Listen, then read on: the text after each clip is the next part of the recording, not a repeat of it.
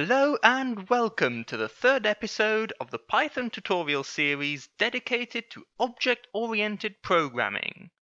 Today's objective is to continue our journey in the discovery of object-oriented programming by picking up where we left off last week.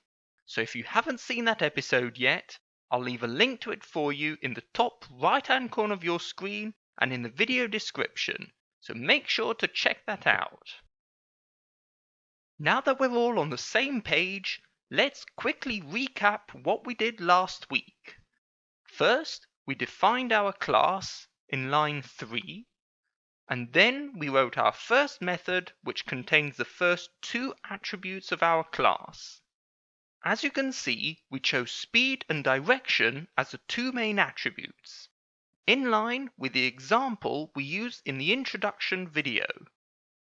Make sure to check that out, by the way, if you haven't already done so, as without it you may find it quite hard to follow through today's video. Now then, returning to our code, we can see that we've defined our class, we've given it its first attributes, so now let's write a function which will allow us to increase or decrease its speed. We can say def accel_decel, short for acceleration and deceleration, and then as inputs we will give it self, a. As you can see, we've once again used the self variable. What this means is that now this method called accel_decel has access to all of the class's attributes as well as any other of its methods. So now we can write self.speed plus equals a.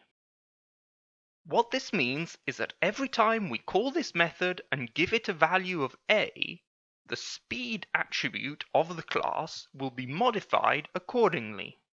Now let's write a similar method to modify the direction. Hang on. Why don't you have a go first?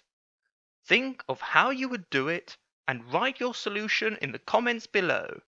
It's not that hard, so I'll give you about 45 seconds or so. Ready?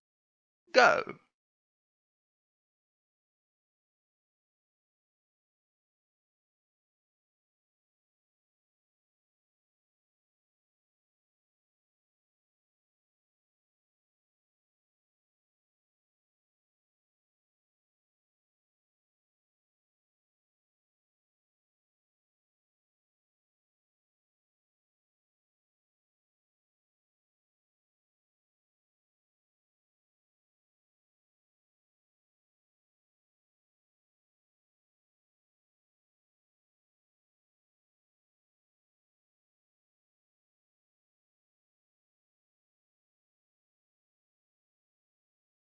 Right then, have you written down your solution in the comments?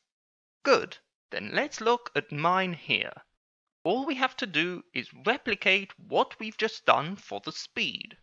So we can write def, for example, change_dir, short for change direction. And then we can say self, r, and then self.direction plus equals r. And there you have it. It's that simple. Before we move on, let's recap what we've done so far. We've created the class, initialized the first method with the class's main attributes, written a method for changing the first attribute, the class's speed, as well as a third method for changing the direction attribute.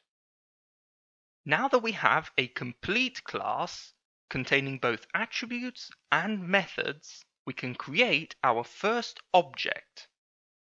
We can go outside the class and call it car and say that that is equal to our first class.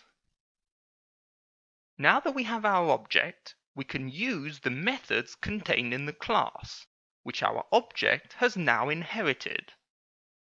However, that will be the topic for next week's video.